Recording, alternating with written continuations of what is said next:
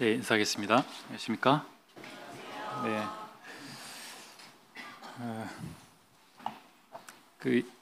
방금 전에 주의 만찬 시간에 제 마음에 참 울림이 있었어요.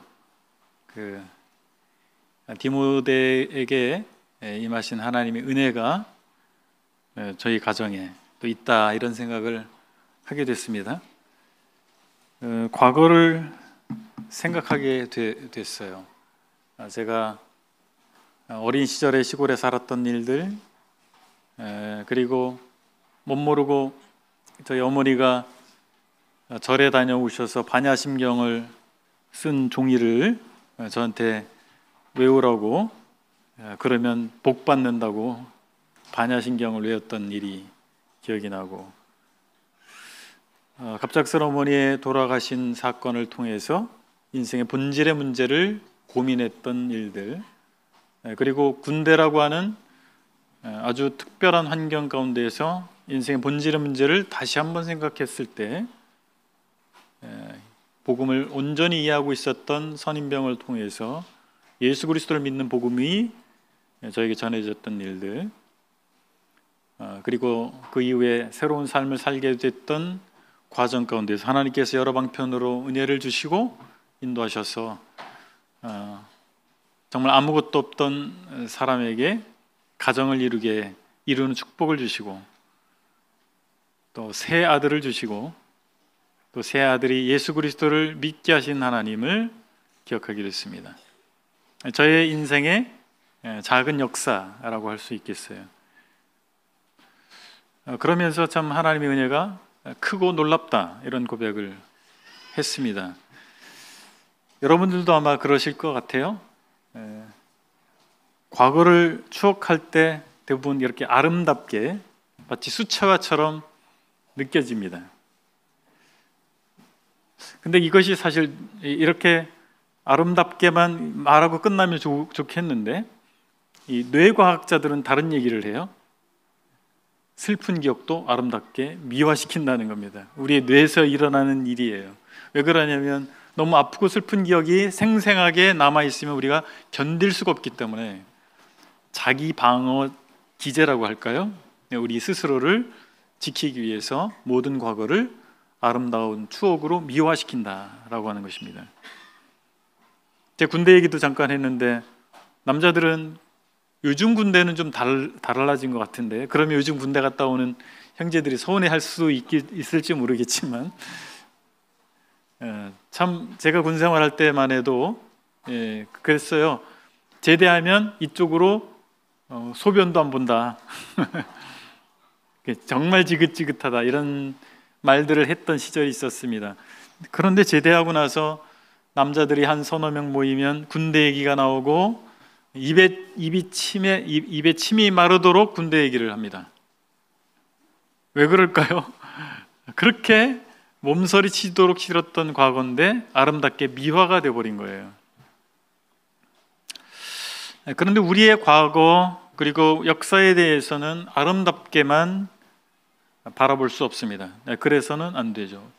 그렇게 되면 역사를 통해서 마땅히 배워야 할 것을 배우지 못하고 교정해야 할 것을 교정하지 못하게 될 것이고, 잘못된 것을 계속해서 이어가게 됩니다. 그래서 우리는 역사를 성찰해야 됩니다. 바로 봐야 됩니다. 미화시키지 말고 잘못된 것을 잘못된 것으로, 아름다운 것은 아름답게 볼 필요가 있습니다. 오늘은 느헤미야 강의 9번째 시간입니다. 느헤미야 9장을 통해서 역사의 교훈으로 성찰하는 신앙을 생각해 보도록 하겠습니다. 먼저 9장 1절부터 3절을 제가 읽겠습니다. 느헤미야 9장 1절부터 3절까지. 그달 29날에 이스라엘 자손이 다 모여 금식하며 굵은 베옷을 입고 티끌을 무릅쓰며 모든 이방 사람들과 절교하고 서서 자기 죄와 조상들의 허물을 자복하고, 이날에 낮 4분의 1은 그 자리에 서서 그들의 하나님 여호와의 율법책을 낭독하고, 낮 4분의 1은 죄를 자복하며 그들의 하나님 여호와께 경배하였는데, 느헤미야 9장을 통해서 우리가 먼저 생각해 봐야 할 것은 슬픈 역사가 반복되지 않도록 해야 한다는 사실입니다. 이스라엘 회중은 회개하며 하나님 말씀 앞에 서 있었습니다.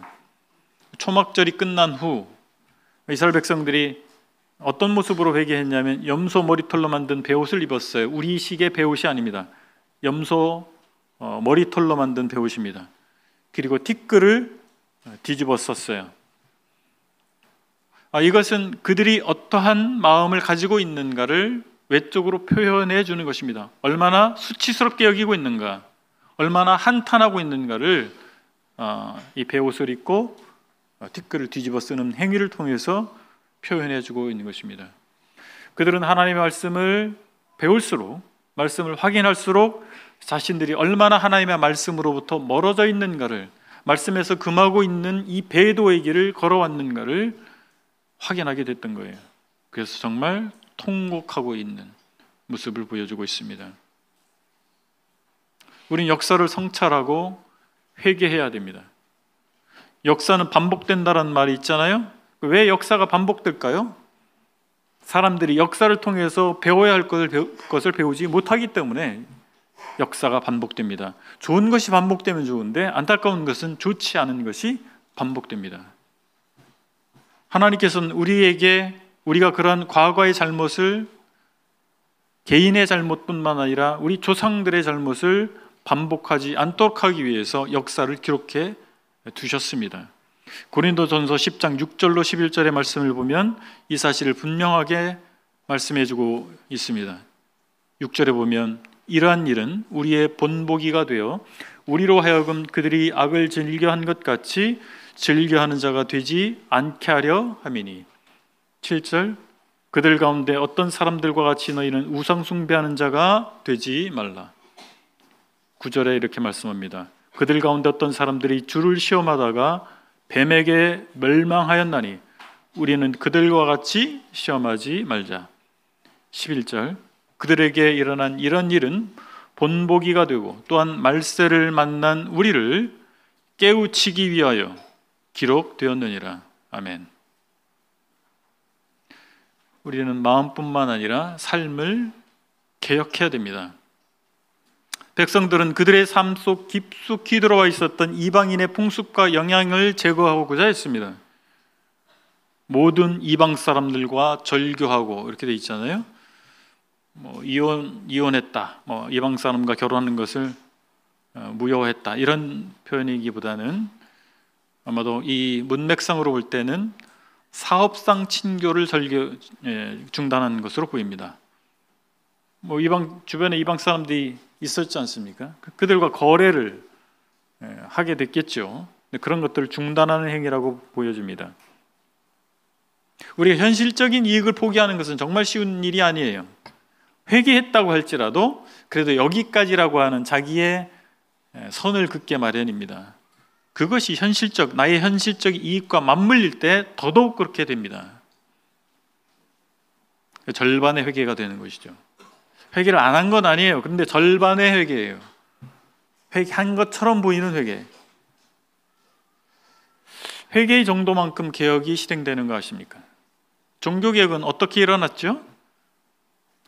과거로부터 돌이킬 때 종교개혁이 일어나는 거예요. 대세를 거부할 때 종교개혁이 일어나는 겁니다. 개혁은 그렇게 일어나는 겁니다. 삶이 개혁되지 않는 반면에 삶이 개혁되지 않는다면 그 회개의 진정성을 의심할 수밖에 없어요. 말로는 회개했다고 하는데 삶이 개혁되지 않아요. 그럼 과연 회개했을까라고 하는 생각이 들게 마련인 것이죠. 우리가 어떤 지경에 놓였을 때, 안 좋은 상황의 지경에 놓였을 때 회복이 필요하다고 얘기합니다. 형제자매님들이 영적으로 안 좋은 상황에 놓여 있습니까? 그럼 회복해야겠죠. 그럼 회복의 기도를 해야 되는데 회복의 기도는 곧 회개의 기도입니다. 4절 5절 보면 레위인들이 두 그룹으로 나눠서 기도회를 인도했습니다. 그리고 6절부터 31절까지의 내용은 레위인들이 이스라엘 백성을 대표해서 하나님 앞에서 자신들의 죄를 고백하는 긴 기도문입니다. 곧 회개 기도문이라고 볼 수가 있겠습니다. 개인이든 단체든 타락의 길에서 신앙을 회복하는 유일한 길은 회개입니다. 그래서 타락한 가운데 있는 사람에게는 위로를 해줄 것이 아니고 회개를 촉구해야 됩니다. 그것이 그가 잘 되는 길이에요. 근데 많은 그리스도인들이 또 교회가 이 부분에 대해서 착각합니다. 그래서 타락한 다른 그리스도인들에게 긍휼을 베풀어야 된다고 얘기해요. 하나님의 사랑을 나타내야 된다. 원론적으로 틀린 얘기 아니에요. 그러나 그들에게 베푸는 긍휼과 사랑이 어떤 방식이어야 할까라고 하는 것입니다. 존 칼빈은 강력한 권징을 주장했어요. 제네바를 하나님의 도시로 만들어야 된다. 타락한 제네바를 하나님의 도시로 바꿔야 한다. 그러기 위해서 강력한 권징이 시행돼야 된다고 주장을 했습니다. 그러나 칼빈의 후예인, 죄송합니다만 한국의 장자교단이라고 하는 장로교회의 현재 문제가 뭔지 아십니까? 남해교단 얘기해서 죄송합니다만 권징이 시행되지 않는 거예요. 그 실명을 거론하기는 어렵겠지만 굉장히 유명한 인기 있는 젊은 목회자가 있었어요. 근데 그가 큰 스캔들을 일으켰는데 그 교단에서 권징을 행하지 않아서 많은 문제가 사실 벌어졌습니다. 우리는 예외일까요?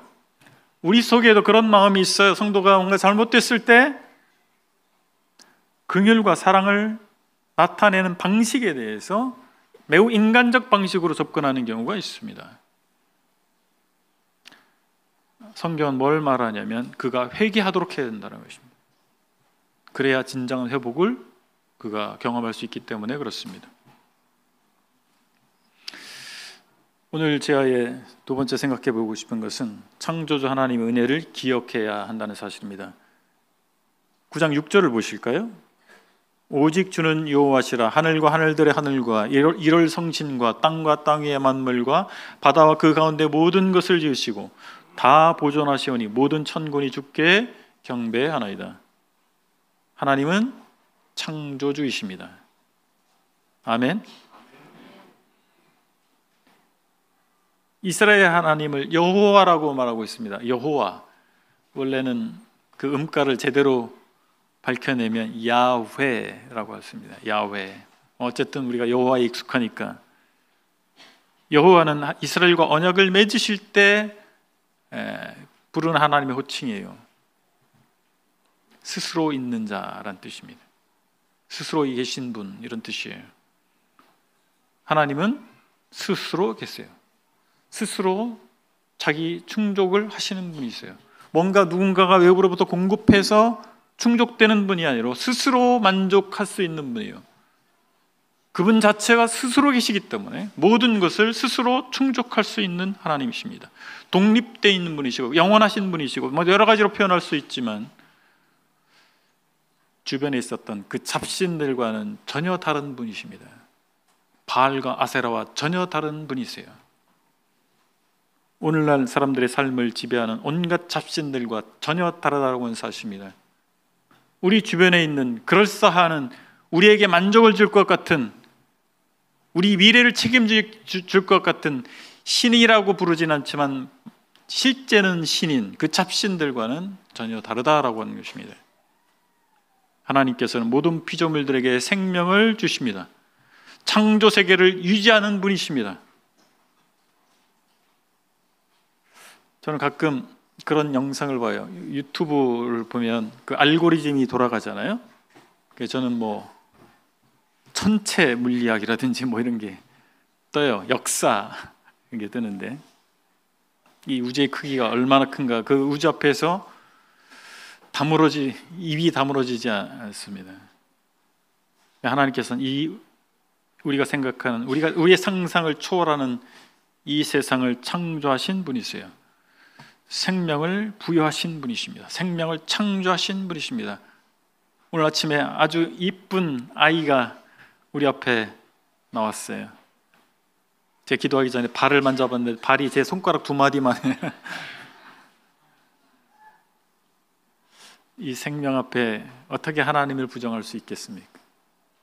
하나님은 생명을 주시는 분이십니다. 우리의 생명에 필요한 모든 것을 공급하고 계신 분이 하나님이십니다.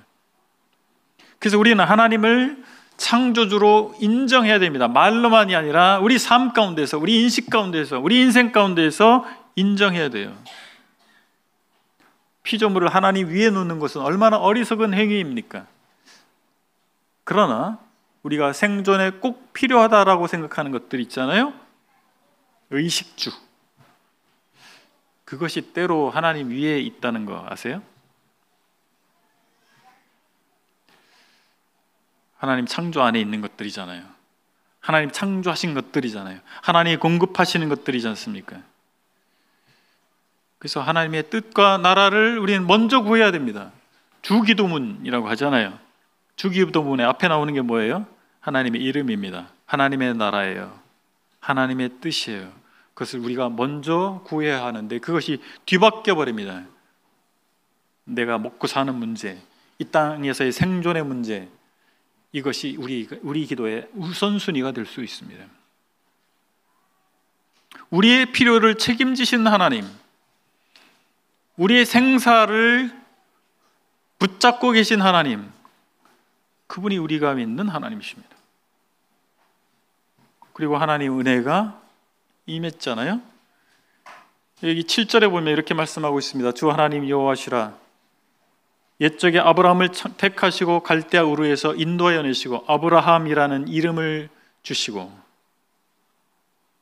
아브라함을 택하셔서 선민의 시조가 되게 하셨어요.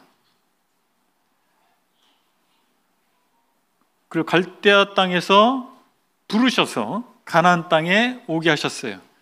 그런데 재미있는 흥미로운 것은 지금 이 말씀을 읽고 있는 유대 백성은 갈대아 땅에서 포로 귀환했어요. 그들이 포로로 잡혀갔던 곳은 바로 그 갈대아 땅입니다.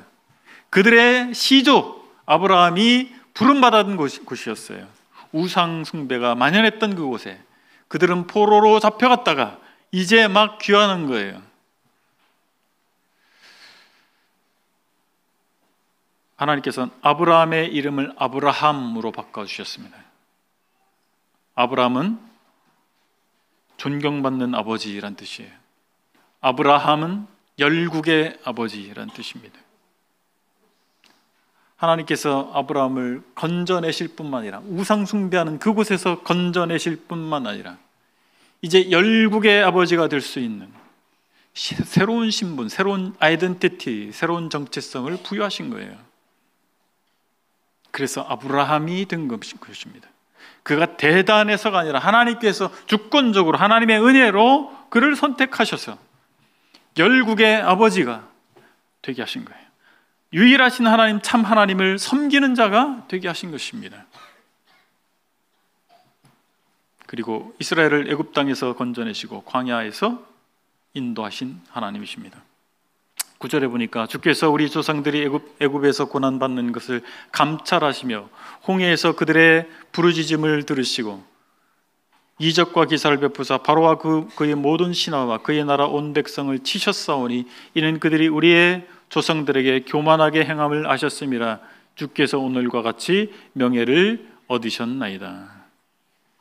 11절에 보면 이렇게 말씀합니다. 또 주께서 우리 조상들 앞에서 바다를 갈라지게 하사 그들이 바다 가운데를 육지같이 통과하게 하시고 쫓아오는 자들을 돌을 큰 물에 던진 같이 깊은 물에 던지시고 낮에는 구름 기둥으로 인도하시고 밤에는 불 기둥으로 그들이 행할 길을 그들에게 비추셨사오며 또 시내산에 강림하시고 하늘에서부터 그들과 말씀하사 정직한 규례와 진정한 율법과 선한 윤례와 계명을 그들에게 주시고 15절 보실까요? 그들의 굶주림 때문에 하늘에서 그들에게 양식을 주시며 그들의 목마름 때문에 그들에게 반석에서 물을 내시고 하나님께서 귀한 백성들의 조상들이 고난받는 것을 감찰하셨다는 것을 확인시켜주고 계십니다. 그들의 부르짖음을 들으신 하나님이신 것을 다시 알려주고 계세요. 애국과 같은 강력한 대적들을 물리치신 하나님을 지금 보여주고 계신 것입니다. 하나님께서 애굽에서 그들을 구출해내실 뿐만 아니라 광야 여정 가운데 낮에는 구름 기둥으로 밤에는 불 기둥으로 그들을 보호하셨습니다. 광야 체험을 해보니까 낮에는 정말 풀 한 포기, 물 한 모금 얻을 수 없는 그런 곳이에요. 그늘이 없어요. 너무나 뜨겁습니다. 한여름에는 이 모래의 표면 온도가 50도가 넘는다고 합니다. 올여름에 참 더우셨죠? 한 35도 정도 됐어요. 한 50도가 된다고 보세요. 어떠시겠어요? 밤에는 너무나 춥습니다. 그래서 구름 기둥으로 그 장렬하는 태양빛을 막아주시고 밤에 그 추위에서 불기둥을 통해서 그들을 따뜻하게 보호하신 하나님을 우리는 생각해 볼 수가 있습니다. 그리고 시내산에 가서 하나님께서 그들에게 뭘 주셨어요? 율법을 주셨습니다. 무엇이 옳은 것인지, 무엇이 잘못되는 것인지 알려주는 것이 율법이죠. 올바른 가치관을 알려주는 것입니다. 올바른 삶의 원칙들을 제시해 주는 것이 율법입니다. 이 세상 원리는 어떻습니까? 약육강식의 원리가 지배하고 있습니다. 약한 자는 강한 자의 먹이가 되는 거예요. 율법의 핵심 사상은 하나님의 사랑이에요. 그 약자를 보호하는 것입니다. 도둑질하지 말라. 내 이웃의 아내를 탐나지 말라. 만약에 약육강식의 원리가 지배된다면 강한 자가 약한 자의 것을 다 빼앗아갑니다. 심지어 아내까지 빼앗아가요. 율법은 그것을 방어하는, 제어하는 법이에요. 하나님 백성이 하나님 백성답게 살 수 있게 하는, 인간답게 살 수 있는 법이 바로 율법인 것입니다. 그래서 율법은 원래 좋은 것이에요. 하나님께서 주신 하나님의 사랑의 계명이에요. 하나님을 사랑하는 것, 내 이웃을 사랑하는 것. 예수님께서 율법을 요약해 주셨잖아요. 십계명을. 하나님 사랑, 이웃 사랑이에요. 그게 사랑의 계명입니다. 그런데 세월이 가면서 사람들이 율법이 싫은 거예요. 율법을 제약이라고 생각한 거예요. 제약, 자기 삶을 속박하는 것이라고 생각한 거예요. 억압하는 것으로 생각했어요. 형제자매님들은 하나님의 말씀이 여러분의 삶을 억압하는 것으로 속박하는 것으로 생각하십니까? 왜 술을 마시면 안 되지? 왜 믿지 않는 자와 결혼하면 안 되지? 기타 등등. 왜 우리 삶을 자꾸 하나님은 속박하려고 하시나? 그런 생각이 드십니까? 율법은 하나님 백성에게 주신 축복입니다. 이스라엘이 비록 이집트에서 노예 신분으로 살았지만 그때서는 의식주가 위협받지 않았어요. 그렇지 않습니까? 반면에 광야 생활은 자유인이 된 그 백성이 의식주가 위협받는 곳이었습니다. 뭐가 나요? 자유가 나요? 아니면 노예지만 잘 먹고 먹고 살 걱정 안 하는 게 나아요? 광야는 하나님 은혜를 체험하는 곳입니다. 그들은 하나님 앞에 자유롭게 예배할 수 있었어요. 다만 의식주가 문제였어요. 그래서 하나님이 먹을 것을 주셔야만 하고 마실 물을 주셔야만 하는 곳이에요. 전적으로 하나님만 의지하는 곳, 그것이 광야입니다. 그래서 하나님의 은혜를 체험하는 곳이 광야예요. 하나님께서는 우리를 흑암의 권세에서 건져내셨습니다. 골로새서 1장 13절 14절에서 이렇게 말씀하고 있습니다. 그가 우리를 흑암의 권세에서 건져내사 그의 사랑의 아들의 나라로 옮기셨으니 그 아들 안에서 우리가 속량 곧 죄사함을 얻었도다. 처음 예수님 믿을 때 저도 그 생각했어요. 제가 믿기로 결단한 것으로 생각했어요. 그래, 난 믿기로 결정했어. 세월이 지나면서 어떤 고백을 하게 되냐면 제 결단 뒤에 하나님의 계획이 있었구나. 그 상황들을 다 조합해 주셨구나. 그래서 내가 믿은 건지 믿어진 건지 믿게 하신 건지 우리 신학적으로 이 부분을 하나로 딱 정리할 수가 없습니다. 그러나 우리가 고백할 수 있는 것은 내가 누리고 있는 대부분의 것들은 은혜로 주어진 것이라고 하는 것입니다. 내가 얻어낸 것이 아니에요. 내가 결단해서 시작된 것이 아니라 하나님께서 은혜로 주어진 것이다 라고 하는 것입니다. 그런데 이스라엘처럼 우리가 건진받는 그 흑암의 세력 안으로 우리가 머리를 디밀고 자꾸 들어가려고 하는 어리석은 잘못을 우리가 행하고 있지 않습니까? 하나님께서는 예수 그리스도를 믿는 우리의 삶을 인도하고 계십니다. 에베소서 2장 10절에서 이렇게 말씀하고 있습니다. 우리는 그가 만드신 바라 그리스도 예수 안에서 선한 일을 위하여 지으심을 받은 자니 이 일은 하나님이 전에 예비하사 우리로 그 가운데 행하게 하려 하심이니라. 우리를 새롭게 창조하셨어요. 예수 그리스도 안에서 새롭게 창조하셨어요. 더 이상 우상을 섬기는 사람들이 아니라 아브라함을 그곳에서 건져내셔서 갈대아에서 건져내셔서 우상 숭배하는 곳에서 건져내셔서 전혀 다른 곳으로 이주케 하시고 그에게 아브라함이라고 하는 새로운 이름을 주시면서 유일하신 하나님을 예배하는 백성의 시조가 되게 하셨듯이 저와 여러분들을 우상을 섬기는 하나님 믿지 않는 세상에서 건져내셔서 하나님 믿는 그리스도인이 되게 하신 것입니다. 만약 형제자매님들이 처음 믿는, 여러분의 가정에서 처음 믿는 사람이라고 할 것 같으면 여러분은 아브라함과 같은 사람들이에요. 저도 마찬가지예요. 저는 그렇게 생각합니다. 저는 우리 가문의 아브라함이 된 거예요. 저로 말미암아 믿음의 사람들이, 저의 후손들이 믿음의 계보를 잇는 하나님의 친백성들이 될 수 있었다라고 하는 것입니다. 이것이 얼마나 영광스러운 일입니까? 저희 후손들은 저를 기억할 것입니다. 이스라엘 백성들이 아브라함을 기억하듯이. 이 얼마나 놀라운 일이에요. 하나님의 은혜가 베풀어진 것입니다. 우리가 잘나서 된 게 아니잖아요. 우리가 믿음이 좋아서 된 게 아니지 않습니까? 우리가 똑똑해서 된 것이 아니지 않습니까? 하나님의 은혜로 우리가 그분의 선택을 받아서, 그분의 부름을 받아서 하나님의 하나님을 예배할 수 있게 된 것입니다. 하나님께서는 말씀을 성문화시키셨어요.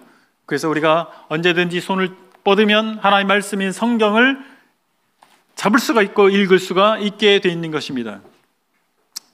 만나가 이스라엘 백성들에게 내렸을 때 그들이 해야 할 것은 무엇이었어요? 만나는 하늘에서 내렸어요. 그들이 해야 할 것은 나가는 거예요. 들로 나가서 만나를 취하는 것입니다. 하나님께서는 성문화시킨 이 말씀을 우리에게 공급해 주셨어요. 영적 만나를 주셨습니다. 우리는 언제든지 손을 뻗으면 영적 만나를 취할 수가 있는 것입니다. 은혜의 시대입니다. 은혜의 때예요. 그리고 하나님께서 교회라고 하는 그리스도인의 공동체 가운데 우리를 두셔서 우리가 마땅히 배워야 할 바를 배우게 하시고 보호받게 하시는 하나님이십니다. 형제자매의 우애를 나누게 하시는 하나님이세요. 그들에게만 축복을 하신 것이 아닙니다. 이스라엘에게만 은혜를 베푸신 하나님이 아니세요. 우리에게도 은혜를 베푸셨습니다. 세 번째로 우리는 하나님의 은혜를 저버린 죄를 인정하고 돌이켜야 합니다. 16절부터 18절까지 보시겠습니다. 그들과 우리 조상들이 교만하고 목을 굳게 하여 주의 명령을 듣지 아니하고 거역하며 주께서 그들 가운데서 행하신 기사를 기억하지 아니하고 목을 굳게 하며 패역하여 스스로 한 우두머리를 세우고 종되었던 땅으로 돌아가고자 하였나이다. 그러나 주께서는 용서하시는 하나님이시라 은혜로우시며 긍휼히 여기시며 더디 노하시며 인자가 풍부하심으로 그들을 버리지 아니하셨나이다. 18절 또 그들이 자기들을 위하여 송아지를 부어 만들고 이르기를 이는 곧 너희를 인도하여 애굽에서 나오게 한 신이라 하여 하나님을 크게 모독하였사오나. 우리의 배은 망덕한 죄를 확인하고 인정해야 됩니다. 이스라엘은 하나님이 주신 약속의 땅 앞에서 주저했습니다. 가데스 바니아 팔레스틴 가장 남쪽 끝에 있는 지역에 이르렀을 때 그들은 12명의 정탐꾼을 보내서 정말 확인하지 않고는 들어갈 수 없다라고 생각을 했던 거예요. 하나님께서 정탐꾼을 보내라고 하신 게 처음부터 명령하신 것이 아니잖아요. 못 들어가겠다. 우리가 확인해 봐야 되겠다. 정탐꾼을 왜 보냈을까요? 확인해보고 아니다 싶으면 안 들어갈 마음이었던 거예요. 처음부터. 가나안 사람들의 위협에 주눅이 들었던 거예요. 하나님의 백성이 아무것도 아닌 신 우상을 섬기는 자들 앞에 주눅이 들은 거예요. 형제자매님들, 우리가 세상에 나가면 그렇지 않나요? 우리 모습이? 우리 정말 메뚜기처럼 보이나요? 우리 자신이 메뚜기처럼 여겨지지 않습니까? 여러분의 사업장에서, 여러분의 직장에서 나는 메뚜기와 같아 이런 생각이 들 때가 없으세요? 그래서 애굽으로 돌아가는 게 낫겠다. 그 종살이로 돌아가는 게 그게 오히려 더 나아 보이는 거예요. 그 벽돌 굽던, 그래서 그냥 먹을 거 벽돌 구워서 이득을 취하기 위해서 그래도 먹을 걸 주는 그곳이 낫다라고 생각한 것입니다. 그래서 이 선조들의 행동을 후세든 거만하여 목이 뻣뻣하고 고집이 세어서 하나님의 말씀을 거역한 것으로 평가하고 있지 않습니까? 출애굽 1세대는 후세대들로부터 부끄러운 조상으로 기억되고 있는 거예요. 역사는 지금도 기록되고 있습니다. 저와 여러분들의 역사가, 여러분의 행보가 지금 기록되고 있는 거예요. 주님 언제 오실지 모르겠습니다. 그러나 우리의 후세대가 오늘의 우리를 어떻게 기억할까요? 우리 부끄러운 조상이 되면 안 되지 않습니까? 그들이 현실적인 어려움에 부딪히자 자신들이 당면한 어려움과 하나님의 능력은 무관하다고 생각했어요. 하나님 안 믿는 게 아닙니다. 하나님 믿어요. 하나님 위대하신 하나님, 창조주 하나님, 여호와 하나님. 그러나 이 현실의 문제하고는 상관없는 하나님. 우리가 그런 생각 들 때 많지 않습니까? 이스라엘 백성이 겪은 기적들을 보세요. 출애굽 과정에서 어떤 기적이 일어났나요? 홍해가 갈라졌어요. 광야 여정 중에 하나님 베푸신 기적은 무엇입니까? 반석이 갈라져서 물이 나왔어요. 만나 메추라기를 먹이셨어요. 이 아련한 추억이 됐어요. 어떤 그들의 현실의 삶 가운데서 어떤 영향도 미치지 못한 것이 되어버렸습니다. 이런 면에서 볼 땐 기적은 진정한 변화를 일으키지 못한다, 그런 생각을 갖게 됩니다. 오직 하나님의 말씀이 우리 심령의 역사할 때 참된 변화가 일어나지 않겠습니까? 만약에 기적이 정말 그런 효과가 있다면 가데스 바네아에서의 그 사건은 일어나지 말았어야죠. 그들의 불신 선택은 일어나지 말았어야죠. 그 가나안 백성들 앞에서 그들이 주눅 들지 말았어야죠. 그들은 또한 금송아지를 만들었다고 되어 있는데, 원래 사실은 금송아지 사건은 그 앞에 있죠. 시내산에서 일어났던 일이에요. 근데 왜 이것을 다시 여기다 기록했을까요? 이것이 가장 핵심이었어요. 그들이 그런 행동을 한 핵심적인 원인이 여기 있었던 것입니다. 하나님을 자기가 가공해냈어요. 원래 하나님 그런 분이 아닌데 금송아지로 가공해버렸단 말이에요. 내가 믿고 싶은 모양으로 하나님을 가공한 것입니다.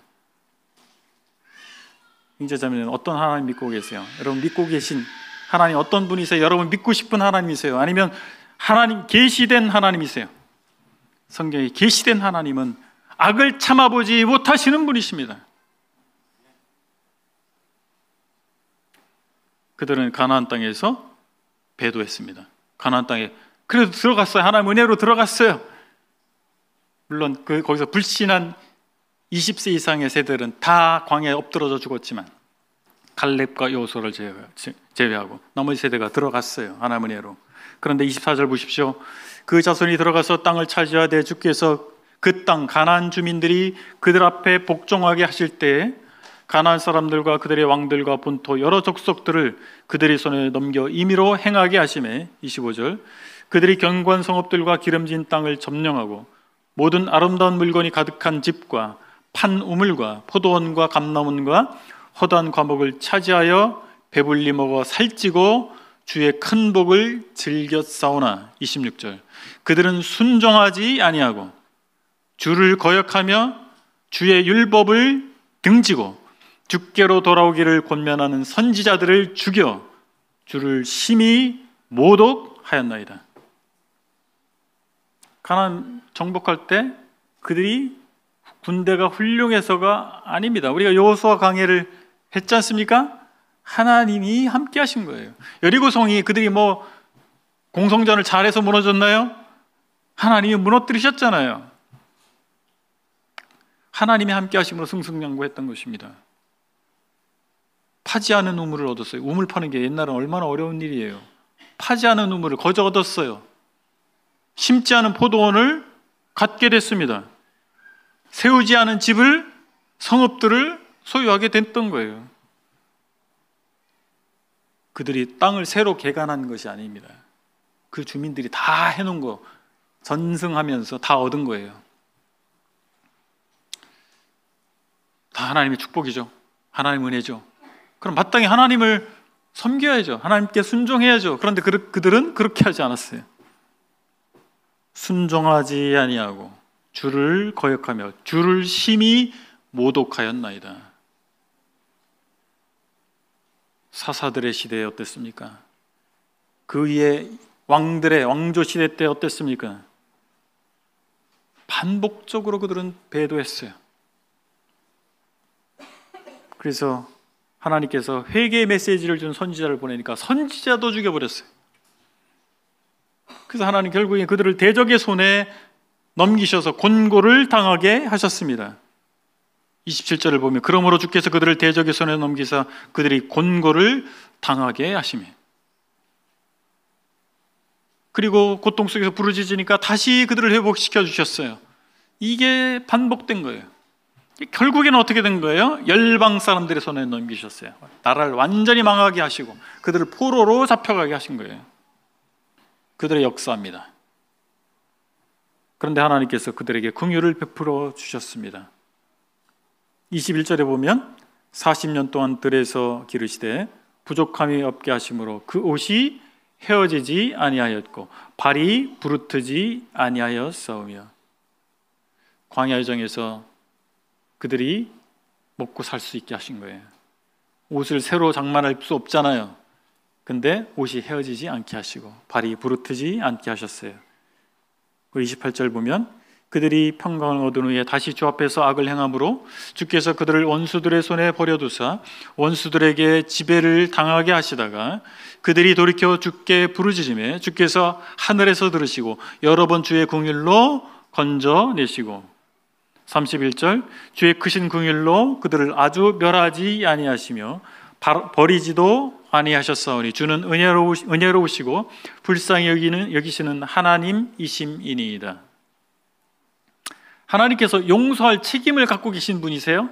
여러분 어떻게 생각하십니까? 하나님은 우리를 용서할 책임을 갖고 계실까요? 그렇지 않습니다. 하나님은 용서할 책임이 있는 분이 아니셨지만 광야 40년 동안 이스라엘 백성들을 먹이고 입히셨어요. 그리고 그들을 포로로 잡혀가게 하셨지만 더 불쌍히 여기셔서 다시 돌아오게 하셨던 거예요. 그래서 은혜의 하나님을 우리는 의지할 수 있는 것입니다. 그래서 불쌍히 여기신 하나님을 우리는 의지할 수 있는 거예요. 그래서 의지하고 돌이키는 거예요. 그 하나님을 의지하고 돌이키는 결단이 우리에게 필요한 것입니다. 하나님께서는 죄인들의 소망이 되십니다. 32절에 이렇게 말씀하고 있습니다. 우리 하나님이여 광대하시고 능하시고 두려우시며 언약과 인자심을 지키시는 하나님이여. 이 기도문의 핵심 포인트는 여기에 있는 거예요. 약속을 지키시는 분이세요. 그리고 긍휼을 베푸시는 분이세요. 저 여러분들에게 우리가 예수 그리스도를 믿게 될 때 하나님 뭐라고 약속하셨나요? 여러분이 주신 약속은 무엇입니까? 영원히 멸망치 않을 것이다. 너는 나의 아들이다. 너는 나의 딸이라고 하는 약속을 주신 거예요. 눈동자와 같이 지키신다는 약속을 주신 것입니다. 그러나 때로 우리가 잘못할 때 우리를 다루시는 하나님이세요. 두 가지가 다 있어요.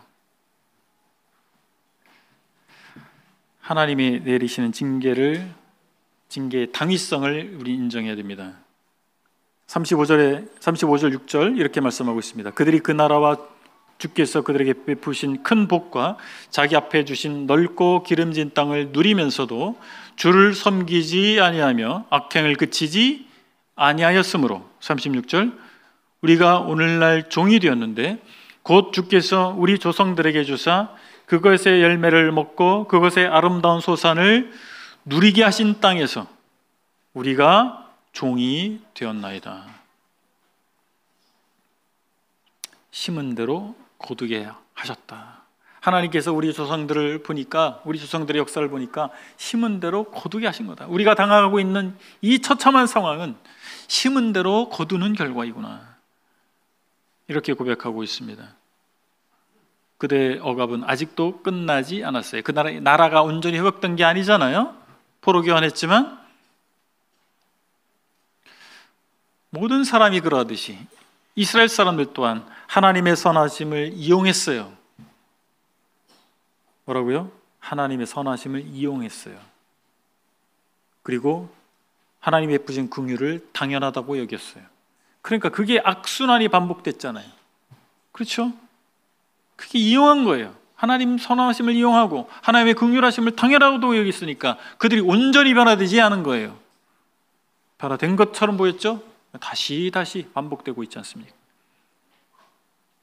건성으로 회개해도 하나님 회복시킬 줄 알았던 거예요. 여러분, 죄가 우리 가운데 들어오면 목이 굳어집니다. 그리고 참된 회개를 안 하려고 해요. 건성으로 회개하게 돼요. 이게 무서운 겁니다.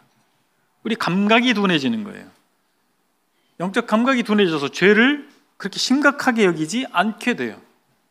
하나님을 두려워하지 않게 됩니다. 무서운 일이에요. 그러니까 정말 죄를 졌을 때 참으로 돌이켜야 되는데 그게 안 되는 이유가 여기에 있어요. 죄가 그렇게 그런 역할을 하는 것입니다. 그래서 누군가가 죄를 깨워줘야 돼요. 그래서 하나님께서 선지자를 보냈잖아요. 선지자도 죽여버렸죠. 무서운 일이에요.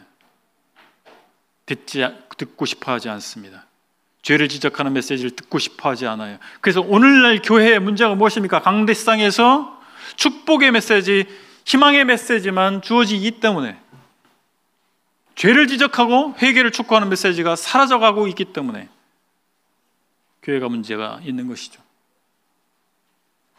과거에 대한 철저한 반성이 하나님과의 관계를 회복시킬 수 있습니다. 우리의 과거를 돌아봐야 됩니다. 우리 개인의 과거를 돌아봐야 돼요. 어디부터 난 어긋났는가를 보셔야 됩니다. 그렇지 않으면 회복이 일어날 수 없어요. 아, 이 부분에서 내가 잘못됐구나. 여기부터 잘못됐구나. 그 지점으로 돌아가서 회개해야 됩니다. 진노를 내리시는 하나님이 불의하시냐? 바울이 로마서에서 말씀하고 있지 않습니까? 하나님 불의하지 않습니다. 내가 징계를 받고 있다 할 것 같으면 하나님의 정의가 내 삶 가운데에서 이루어지는 거예요. 우리가 회복되기를 원하시는 하나님께서 지금 역사하고 계신 것입니다. 오늘 교훈을 정리하겠습니다. 역사를 통해 배울 것을 배워야 됩니다. 믿는 사람들의 삶과 종말뿐만 아니라 우리 주변에 믿지 않는 사람들의 삶과 종말을 관찰하시기 바랍니다. 세상 국가의 흥망성쇠를 봐야 됩니다. 그래서 우리가 뭘 배울 수 있습니까? 사람들이 그렇게 애달파하는, 그렇게 누리고자 하는 그것들이 아무것도 아니라는 사실을, 사람들이 무덤 속에 들어갈 때 아무것도 가져가지 못한다는 사실을, 그 대단한 제국도 역사 속에서 사라져갔다는 사실을 우리가 보고 있는 것입니다. 그래서 오늘 우리는 어떻게 살 것인가? 나는 어떻게 살 것인가? 무엇을 선택할 것인가? 우리의 역사는, 나의 역사는 어떻게 써내려갈 것인가를 생각해 보는 것이죠. 우리 과거를 추억으로만 보지 말고 성찰의 거울로 봐야 됩니다. 그리고 마땅히 돌이키고 바꿔야 할 것을 오늘 바꿔야 됩니다. 오늘 돌이켜야 됩니다. 내일로 미뤘을 것이 아니잖아요. 하나님께서 오늘 말씀하셨다면, 오늘 나에게 말씀하셨다면 오늘 바꾸는 거예요. 하나님께서 주신 오늘이라고 하는 기회를 놓치지 말아야 됩니다. 그리고 이제 미래를 선택하는 거예요. 오늘 우리는 10년 후를 선택할 수 있습니다. 20년 후를 선택할 수 있습니다. 바로 오늘 선택하는 거예요. 우리 믿음의 결단을 통해서 10년 후, 20년 후를 선택하는 것입니다. 찬송 함께 부르시겠습니다. 하나님의 은혜를 생각하면서 부르겠습니다.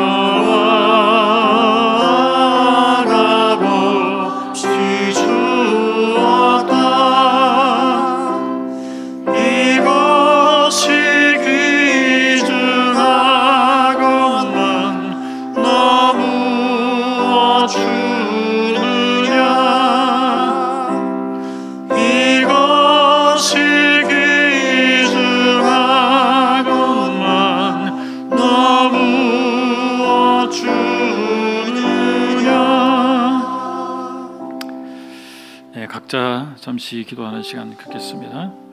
하나님께서 우리에게 베푸신 은혜를 생각하면서 나는 하나님 위해서 무엇을 선택할 것인가 기도하는 시간 갖겠습니다.